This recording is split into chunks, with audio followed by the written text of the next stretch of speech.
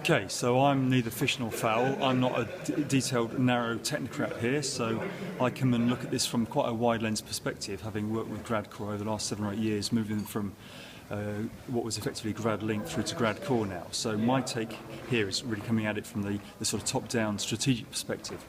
And I think today has just been incredible. I think there's stuff being talked about today which probably would have been taboo a couple of years ago or heresy, and I just think the level of honest debate has been fantastic.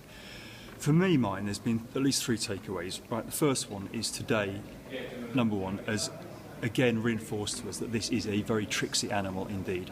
I haven't seen, and I work, in a whole bunch of different sectors and industries, whether that's fashion, lifestyle, specialty food, FMCG or whatever, I don't think we've seen the amount of challenges that we're getting here in terms of this delivery model. I mean, you think about it, you've got a campus with a number of different sort of sites on it, you've got a bunch of students who want you to work 24/7 increasingly. We've got very, very complex organisational models to go here.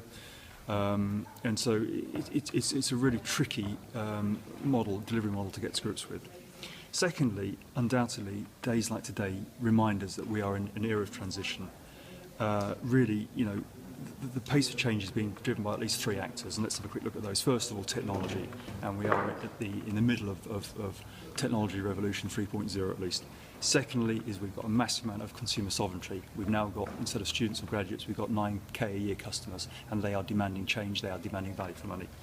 And thirdly, if we look at the jeopardy for all 3 stakeholders of getting this wrong, so if we look at that through the eyes and the lens of the 2 actors within the university and the HE institutions aside, that's both the career service and the academics. If we look at the jeopardy from the employers of getting this wrong, and if we look at it through the lens of the graduates, so there's massive risk and jeopardy at stake here.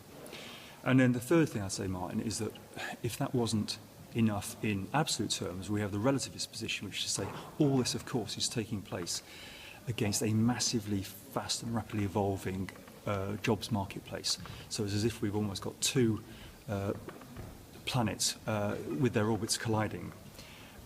Talk about fixing the wheel while the car is rapidly accelerating away. And I think probably the last thing I'd say then, the implication for me as a structuralist says, you know what, anybody working in this field better get their change team and their development team sorted, because these are tricky, challenging times, but it's well worth striving for, because this is a win-win with great outcomes for all.